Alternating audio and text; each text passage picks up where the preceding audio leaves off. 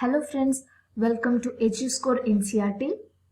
Kerala State Syllabus 9th ക്ലാസ്സിൻ്റെ biology chapter 2 ആണ് നമ്മളിന്ന് ഡിസ്കസ് ചെയ്യുന്നത്.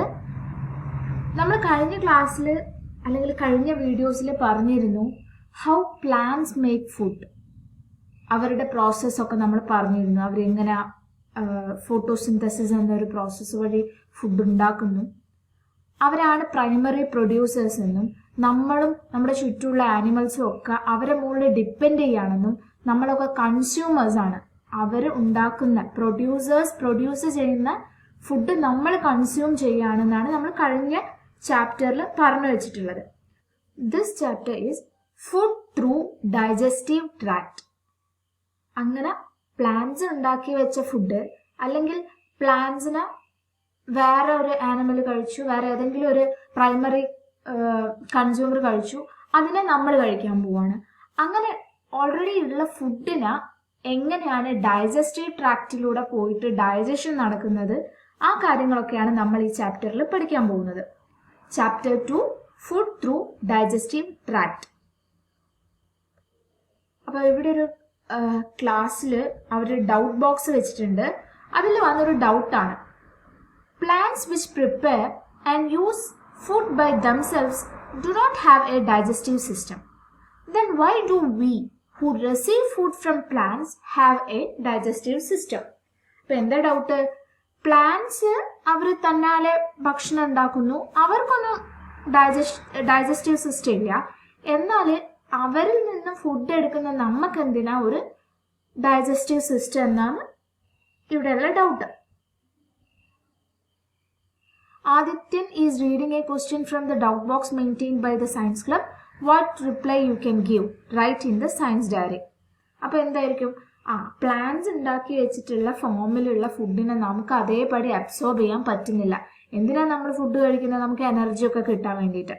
അപ്പോൾ ഈ ഫുഡിൽ നിന്ന് നമുക്ക് വേണ്ട സാധനങ്ങൾ അബ്സോർബ് ചെയ്തെടുത്താലേ കഴിക്കുന്നത് കൊണ്ടുള്ള ഉപകാരം വരുന്നുള്ളൂ. അപ്പോൾ ആ ഒരു അബ്സോർപ്ഷന് ഈ ഫുഡ് ഡയറക്റ്റ്ലി പറ്റില്ല. ഇതിന് എന്തൊക്കെയോ ആക്കി കൺവേർട്ട് ചെയ്താൽ മാത്രമേ നമുക്ക് അബ്സോർബ് ചെയ്യാൻ പറ്റുള്ളൂ, അബ്സോർബിൾ ഫോമിലേക്ക് മാറുന്നുള്ളൂ. അപ്പോൾ അതിന് വേണ്ടിയിട്ടാണ് നമുക്ക് ഡൈജസ്റ്റീവ് സിസ്റ്റം ഉള്ളത്. We get nutrients required for life activities from the food we eat. Complete table 2.1 by including their functions. നമ്മൾ കഴിക്കുന്ന ഫുഡിലൂടെയാണ് നമുക്ക് നമ്മുടെ ആക്ടിവിറ്റീസ് ഒക്കെ ചെയ്യാനുള്ള ന്യൂട്രിയൻസ് കിട്ടുന്നുള്ളത്. അതുകൊണ്ടാണ് നമ്മളോട് എപ്പോഴും നല്ല പോഷകവും നല്ല ആരോഗ്യകരവുമായിട്ടുള്ള ഫുഡൊക്കെ കഴിക്കണം എന്ന് പറയുന്നത്. സോ ഈ ടേബിൾ ഇവിടെ ന്യൂട്രിയൻറ്റ്, എന്തൊക്കെ ന്യൂട്രിയൻ്റാണ് ഉള്ളത്? Carbohydrate, proteins, fat, minerals, vitamins, water. അപ്പം ന്യൂട്രിയൻസ് ഏതൊക്കെയാ? Carbohydrate, protein, fat, minerals, vitamins, water.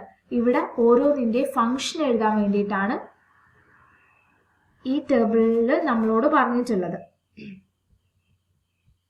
Carbohydrate നമ്മൾ കഴിക്കുന്നത് എന്തിനാന്ന് വെച്ചാൽ എനർജിക്ക് വേണ്ടിയിട്ടാണ്. We get carbohydrates from sources like cereals, tuber crop, etcetera. So carbohydrate is for energy and the sources for carbohydrate are cereals, tuber crops. Next, protein. Protein are needed for body building. Like they are components of body building and are very critical for growth. അതുകൊണ്ടാണ് വളർച്ചയ്ക്ക് വേണ്ടി നമ്മൾ proteins കഴിക്കണം, പ്രോട്ടീനുള്ള ഭക്ഷണങ്ങൾ കഴിക്കണം എന്ന് പറയുന്നത്. നമുക്ക് എന്തിൽ നിന്നൊക്കെയാണ് പ്രോട്ടീൻസ് കിട്ടുക? The sources of protein are meat, fish, milk, egg, pulses, etc. മാംസം, മത്സ്യം, പാല്, മുട്ട, പയറുവർഗ്ഗങ്ങളിൽ നിന്നൊക്കെയാണ് നമുക്ക് പ്രോട്ടീൻസ് കിട്ടുന്നത്. Next, fat. കാർബോഹൈഡ്രേറ്റിനെ പോലെ തന്നെ എനർജിക്ക് വേണ്ടിയിട്ടാണ് fats. Oil seeds, pulses, meat, egg, fish, ഇതൊക്കെയാണ് ഫാറ്റിൻ്റെ sources. Now minerals. Minerals are required in small amount only, but that small amount is critical for the proper working of life activities. എന്തിൽ നിന്നൊക്കെ നമുക്ക് minerals കിട്ടുക? Fruits, egg, vegetables etcetera. അതുപോലെ തന്നെ നമ്മുടെ ഈ പല്ല്, എല്ല്, മെറ്റബോളിക് ആക്ടിവിറ്റീസിൻ്റെ ഒക്കെ പ്രോപ്പർ ഫങ്ഷനിങ്, ഇതിനൊക്കെ മിനറൽസ് ആവശ്യമാണ്. പ്രോപ്പർ ഹെൽത്തിന് ആ പെർട്ടിക്കുലർ എമൗണ്ട് ഓഫ് മിനറൽസ് നിർബന്ധമാണ്. Next vitamins. വിറ്റാമിൻസും മിനറൽസിനെ പോലെ തന്നെ സ്മോൾ എമൗണ്ട് മാത്രമാണ് റിക്വയർ ആയിട്ടുള്ളത്. നമ്മൾ കേട്ടിട്ടുണ്ട് vitamin A, vitamin B, vitamin C, അങ്ങനെ ഒരുപാട് വിറ്റമിൻസ് ഉണ്ട്. വിറ്റമിൻസിന്റെ ഇമ്പോർട്ടൻസ് അല്ലെങ്കിൽ ഫങ്ഷൻ എന്ന് പറയുന്നത് ഇമ്മ്യൂണിറ്റി, രോഗപ്രതിരോധ ശേഷി ഉണ്ടാക്കല്, and it also maintain health maintain ചെയ്യാൻ അത്യാവശ്യമാണ് vitamins. Leafy vegetables, milk, eggs etc. are example for the sources of vitamins. Next, water. നമ്മുടെ ശരീരത്തിന്റെ ഒരു 65 to 70% വാട്ടർ ആണ്. അത്ര ഇമ്പോർട്ടൻ്റ് ആണ് വാട്ടർ. എന്തിനാ അത്? നമ്മുടെ ശരീരത്തിൽ നമ്മൾ അബ്സോർബ് ചെയ്യുന്ന ന്യൂട്രിയൻസ് ഒക്കെ ബോഡിയിലെ എല്ലാ ഭാഗത്തേക്ക് ട്രാൻസ്ഫർ ചെയ്യാനും, അതേപോലെ തന്നെ റിമൂവൽ ഓഫ് വേസ്റ്റ്, നമ്മുടെ ശരീരത്തിൽ ഉണ്ടാകുന്ന വേസ്റ്റുകൾ റിമൂവ് ചെയ്യണമെങ്കിലും വാട്ടർ അത്യാവശ്യമാണ്. അപ്പോൾ നമ്മളിപ്പോൾ ഓരോ ന്യൂട്രിയൻറ്റും അതിൻ്റെ ഫങ്ഷൻസും പിന്നെ ചെറിയ തോതിൽ അത് ഏതൊക്കെ സോഴ്സ് നിന്നാണ് നമുക്ക് കിട്ടുക എന്നുള്ളൊരു അറിവ് കിട്ടിയിട്ടുണ്ട്.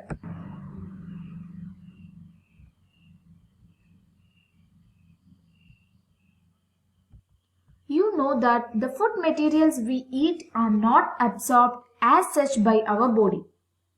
Digestion is the process of converting complex food material into simple absorbable forms.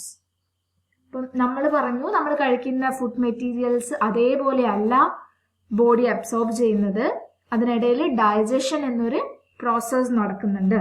എന്താ digestion? Digestion is the process of converting complex food material into simpler absorbable forms. ഈ പ്രോസസ്സിൽ വെച്ചിട്ട് നല്ല കോംപ്ലക്സ് ആയിട്ടുള്ള ഫുഡ് മെറ്റീരിയൽസിനെ സിമ്പിൾ അബ്സോർബ് ചെയ്യാൻ പറ്റുന്ന ഫോമിലേക്ക് മാറ്റുന്നു. ആ പ്രോസസ്സിനെയാണ് ഡൈജഷൻ എന്ന് പറയുന്നത്. ഈ ഡെഫിനേഷൻ നിങ്ങളൊന്ന് ഓർത്ത് വെക്കണേ. ഒന്നുമില്ല, ഡൈജഷൻ വലിയ കോംപ്ലക്സ് ആയിട്ട് നമ്മൾ കഴിക്കുന്ന ഫുഡ് മെറ്റീരിയൽസിനെ കുഞ്ഞു കുഞ്ഞു ഫോമിൽ അബ്സോർബ് ചെയ്യാൻ പറ്റുന്ന ഫോമിലേക്ക് മാറ്റുന്നു. That is digestion. Examine 2 figure 2.1. Identify and label the parts of the digestive system. Next, digestive system. ഇപ്പോൾ ഹ്യൂമൻ്റെ കേസിലാണെങ്കിൽ ഹ്യൂമൻ ഡൈജസ്റ്റീവ് സിസ്റ്റം ഉണ്ട്. അതിൽ കുറേ ഓർഗൻസും ഒക്കെ ഇൻവോൾവ് ആണ്. അത് ഏതൊക്കെയാണെന്നൊക്കെ നോക്കാൻ വേണ്ടിയിട്ട് താഴെയുള്ള ഫിഗർ കംപ്ലീറ്റ് ചെയ്യാൻ പറഞ്ഞിട്ടുണ്ട് നമ്മളോട്. സോ ഇതാണ് ഹ്യൂമൻ ഡൈജസ്റ്റീവ് സിസ്റ്റം. ആദ്യം നമ്മൾ ഭക്ഷണം ഇതിലൂടെ അകത്തോട്ട് എടുക്കുക? നമ്മുടെ മൗത്തിലൂടെ. So the first one we have to complete is mouth. ഇവിടെ മൗത്താണ് കാണിച്ചിട്ടുള്ളത്. നമ്മൾ അങ്ങനെ കഴിക്കുന്ന ഫുഡ് നെക്സ്റ്റ് ഒരു ഫുഡ് പൈപ്പ്, നമ്മുടെ പല്ലും നാവും സലൈവയും ഒക്കെ വെച്ചിട്ട് അത് ഒന്ന് എന്താ പറയുക ചവച്ചെടുത്ത് ഒരു പരുവത്തിലാവും. അതിനെ നമ്മൾ ഈ ഈസോഫാഗസ് അല്ലെങ്കിൽ ഫുഡ് പൈപ്പ്, നമ്മൾ ചെറിയ ക്ലാസ്സിൽ ഫുഡ് പൈപ്പ് എന്ന് വിളിച്ചിട്ടുണ്ടാവും. അതിലൂടെ ഇത് പെരിസ്റ്റാൾസിസ് എന്ന് പറഞ്ഞൊരു മൂവ്മെന്റ്, ആ പെരിസ്റ്റാൾസിസ് എന്ന് പറഞ്ഞ മൂവ്മെന്റ് കൊണ്ട് ഫുഡ് ഇങ്ങനെ നീങ്ങി താഴെ സ്റ്റൊമക്കിലെത്തും. സോ മൗത്ത്, ഈസോഫാഗസ്, സ്റ്റൊമക്കിലെത്തിയ ശേഷം food then it goes to small intestine. Small ഇൻറ്റസ്റ്റൈനിൽ പിന്നെ അത് ലാർജ് ഇൻറ്റസ്റ്റൈനിലേക്ക് പോകും. ലാർജ് ഇൻറ്റസ്റ്റൈനിൽ എത്തിക്കഴിഞ്ഞ് എല്ലാം അബ്സോർബ് ചെയ്ത് കഴിഞ്ഞാൽ whatever waste material remains, that will be excreted out through anus. ബാക്കി വരുന്ന വേസ്റ്റ് മെറ്റീരിയൽ ആനസിലൂടെ എക്സ്ക്രീറ്റ് ചെയ്യപ്പെടും. സോ നമുക്ക് ഓർഡറിൽ നമ്മൾ ഫ്ലോ ചാർട്ട് ഉണ്ടാക്കുകയാണെങ്കിൽ mouth, like food enters to mouth, then oesophagus, then stomach, small intestine, large intestine and anus. We have completed this figure. Next നമുക്ക് food inside mouth. What changes happen to food inside the mouth? ഭക്ഷണം വായക്കകത്ത് എത്തിപ്പെട്ടാൽ പിന്നെ എന്തൊക്കെ മാറ്റങ്ങളാണ് സംഭവിക്കുക? നമ്മൾ പല്ല് കൊണ്ട് ചവച്ചരയ്ക്കും, അതിനെ കുഞ്ഞു കുഞ്ഞു കഷ്ണാക്കും അല്ലേ, എന്നിട്ട് അത് മിക്സസ് വിത്ത് സലൈവയായിട്ട് മിക്സ് ആകപ്പെടും. The structure and arrangement of teeth is suitable to masticate the food we eat. നമ്മുടെ പല്ലിൻ്റെ സ്ട്രക്ചറും അതേപോലെ അതെങ്ങനെയാണ് അറേഞ്ച് ചെയ്തിരിക്കുന്നത് എന്നുള്ളതൊക്കെ നമ്മൾ കഴിക്കുന്ന ഫുഡിനെ നല്ലോണം ചവച്ചരയ്ക്കാൻ വേണ്ടിയിട്ടുള്ള പാകത്തിലാണ് ക്രമപ്പെടുത്തിയിട്ടുള്ളത്. Complete the missing areas in illustration 2.1 regarding the arrangement of the teeth. അപ്പോൾ ഇവിടെ illustration 2.1 different types of teeth ഉണ്ട്, അതാണ് കാണിച്ചിരിക്കുന്നത്. നമുക്കൊക്കെ പല ടൈപ്പിലുള്ള ടീത്ത് ഉണ്ട്. ഏതൊക്കെയാണെന്നറിയോ ആ type? Incisor, canine, premolar, molar. നിങ്ങളിതാ ഇവിടെ പല്ലിങ്ങനെ നോക്കിക്കഴിഞ്ഞാൽ ഇത് നമ്മുടെ വായിൻ്റെ ഒരു പകുതി, ഒരു ഹാഫ് പാർട്ടാണ് ഇവിടെ കാണിച്ചിരിക്കുന്നത്. നമ്മുടെ ഇങ്ങനെ ചിരിച്ച് കാണിക്കുമ്പോൾ നേരെ നടുവിൽ വരുന്ന പല്ലില്ലേ, ആ പല്ലിനാണ് മുന്നിൽ വരുന്ന ആ പല്ലാണ് ഇൻസിസർ. പിന്നെ നെക്സ്റ്റ് ആ ഒരു കോർണറിലായിട്ട് വരുന്ന പല്ലാണ് കനൈൻ. പിന്നെ കുറച്ചുകൂടി ഉള്ളിലോട്ട് വരുന്നതാണ് പ്രീമോളാർ. ദെൻ നമ്മൾ ഏറ്റവും ഉള്ളിലേക്കുള്ള പല്ലിനെയാണ് മോളാർ എന്ന് പറയുന്നത്. അപ്പോൾ ഇതിൻ്റെയൊക്കെ സ്ട്രക്ചർ നിങ്ങൾ കണ്ടോ? വ്യത്യാസങ്ങളുണ്ട്. അപ്പോൾ ഓരോന്നിൻ്റെയും സ്ട്രക്ചറും അതിൻ്റെ അറേഞ്ച്മെൻറ്റ്, എന്തുകൊണ്ട് ഇതിനെ മുന്നിലാക്കി ഇതിനെ ഉള്ളോട്ടാക്കി എന്നുള്ളതൊക്കെ അതിൻ്റെ ഒക്കെ ആഫ്റ്റർ ഓൾ റിസൾട്ട് എന്ന് പറയുന്നത് പ്രോപ്പർ മാസ്റ്റിക്കേഷൻ ഓഫ് ഫുഡാണ്. അപ്പോൾ ഓരോന്നിൻ്റെ ഫങ്ഷൻ ഇവിടെ എഴുതാനാണ് ഈ ഇല്ലസ്ട്രേഷനിൽ പറഞ്ഞിരിക്കുന്നത്. ഇവിടെ നിങ്ങൾക്ക് കാണാം, നമ്മുടെ ഫ്രണ്ട് റോയിലുള്ള ഈ പല്ലുകളില്ലേ, ഇതാണ് മുകളിലും താഴെയായിട്ട്, ഇതിനെയാണ് നമ്മൾ ഇൻസിസേഴ്സ് എന്ന് പറയുക.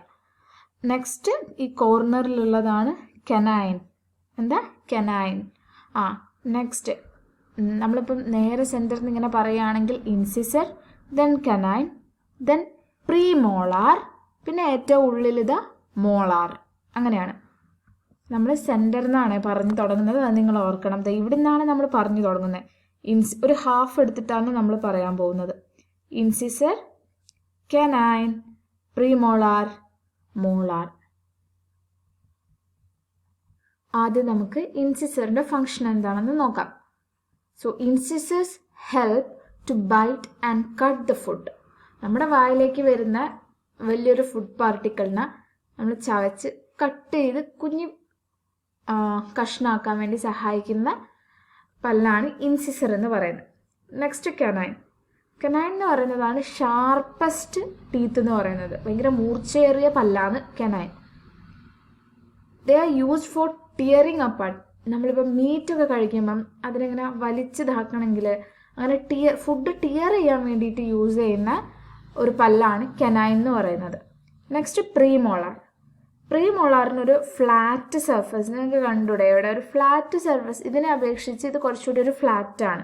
അതുകൊണ്ട് തന്നെ they are used for crushing and grinding. Grind ചെയ്യാനും ക്രഷ് ചെയ്യാനും ഒക്കെയാണ് പ്രീമോളാർ പല്ലുകൾ സഹായിക്കുന്നത്. Then molar. Molar teeth are largest and strongest.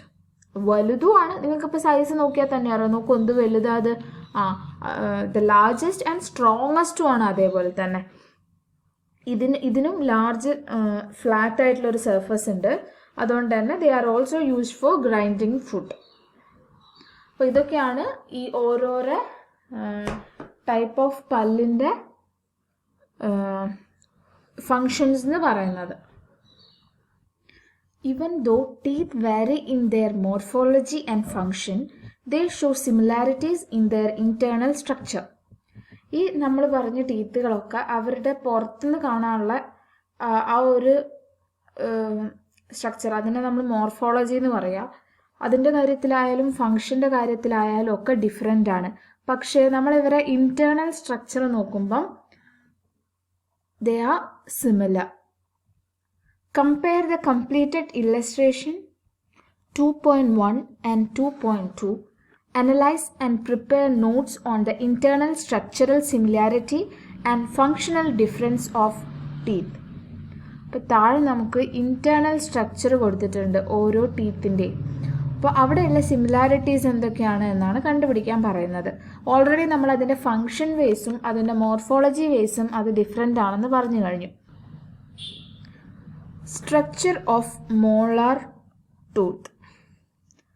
ഇവിടെ കൊടുത്തിരിക്കുന്നത് ഒരു മോളാർ ടൂത്തിൻ്റെ ഒരു സ്ട്രക്ചറാണ്.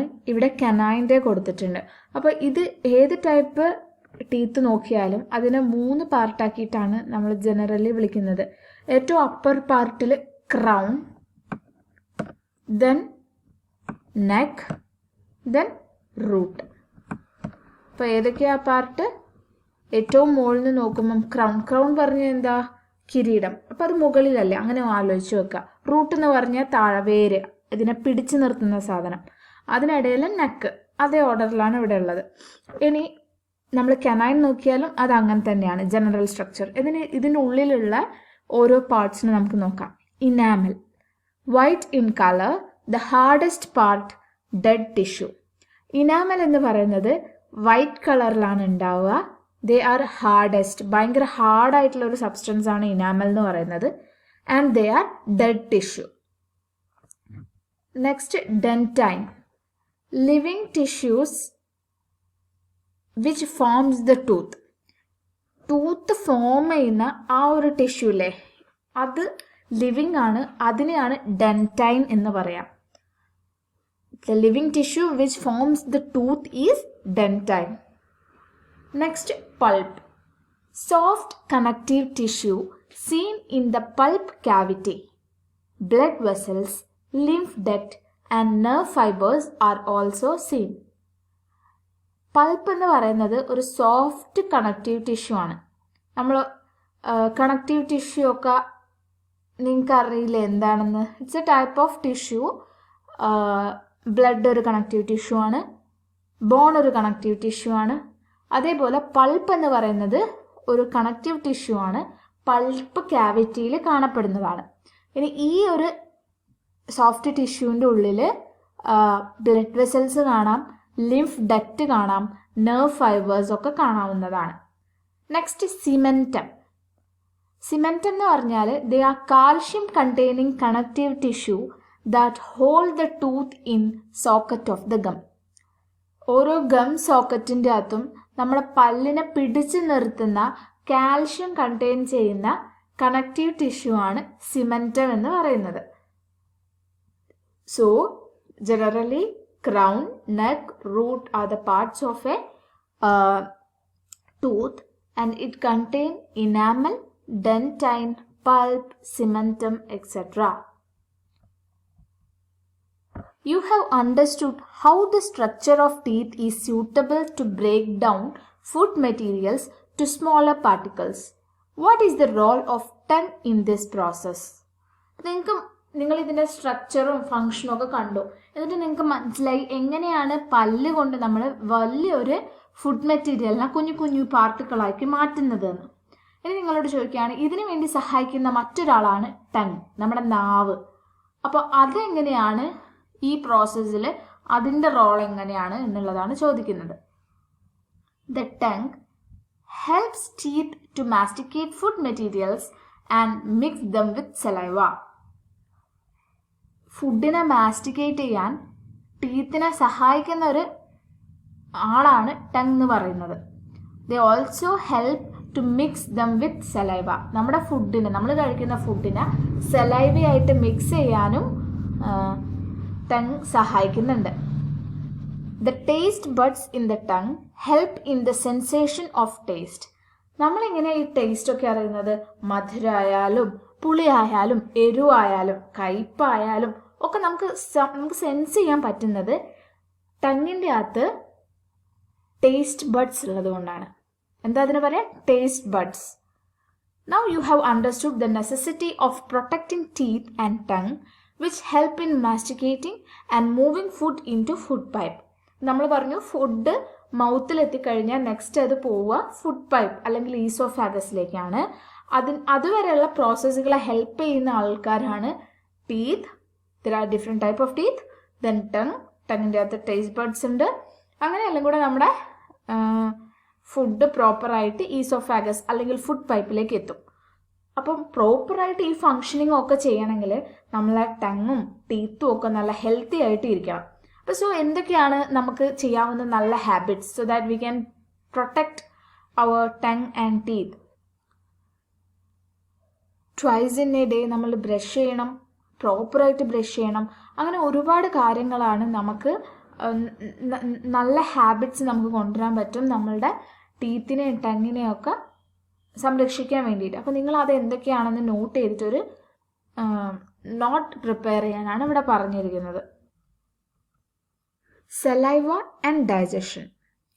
അവർ mouth waters the moment we think of tasty food.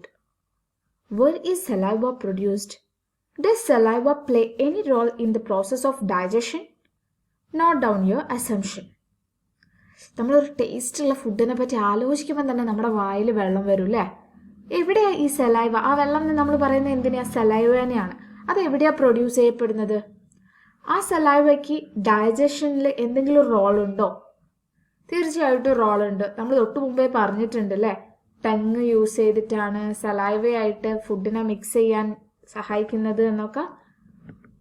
There are 3 pairs of salivary glands in the mouth. അപ്പം മൗത്തിൽ 3 പെയർ ഓഫ് salivary glands ഉണ്ട്. The saliva secreted from the salivary glands contains mucus and enzymes like salivary amylase and lysozyme. അപ്പോൾ എന്താ പറഞ്ഞാൽ നമ്മുടെ വായ്ക്കകത്ത് നമ്മുടെ മൗത്തിനകത്ത് 3 pair of salivary gland ഉണ്ട്. ഈ salivary ഗ്ലാൻഡിൽ നിന്നാണ് സലൈവ സെക്രീറ്റ് ചെയ്യപ്പെടുന്നത്. അപ്പോൾ ഇവിടെ കാണിച്ചിട്ടുണ്ട്, ഇതാ 3 പേരുണ്ട് എന്ന് പറഞ്ഞില്ലേ, ഇതാ ഇവിടെ ഒന്ന്, ഇവിടെ ഒന്ന്, ഇവിടെ ഒന്ന്, ഇങ്ങനെ 3 പെയർ ഓഫ് സലൈവറി ഗ്ലാൻഡ്സിൽ നിന്ന് സലൈവ സെക്രീറ്റ് ചെയ്യപ്പെടുന്നു. ആ സലൈവയിൽ എന്തൊക്കെയാണുള്ളത്? മ്യൂക്കസ് ഉണ്ട്, അതേപോലെ പല എൻസൈംസും ഉണ്ട്. ഏതൊക്കെ ടൈപ്പാ? സലൈവറി അമൈലൈസ്, ലൈസോസൈം ഒക്കെ. Mucus makes the food slimy so that it can be swallowed. ഈ സലൈവേൻ്റെ അകത്തുള്ള മ്യൂക്കസിൻ്റെ റോൾ എന്താണെന്ന് വെച്ചാൽ നമ്മുടെ ഫുഡിനെ ഒന്ന് കുറച്ച് സ്ലൈമി ആക്കും. നമുക്കിങ്ങനെ വിഴുങ്ങാൻ പറ്റുന്ന രീതിയിലേക്ക് ഒന്ന് എന്താ പറയുക, സ്ലൈമി ആക്കി കൊണ്ടുവരും. ഇനി ലൈസോസൈമിൻ്റെ റോൾ എന്താ? To an extent helps to destroy the germs that enter the body through food. നമ്മുടെ ഫുഡിൽ ഒരുപാട് ജേംസ് ഉണ്ടാവും അല്ലേ? ഒരു പക്ഷേ നമ്മൾ എത്ര ശ്രദ്ധിച്ചാലും അതിൽ എന്തെങ്കിലുമൊക്കെ ജേംസ് കാണും.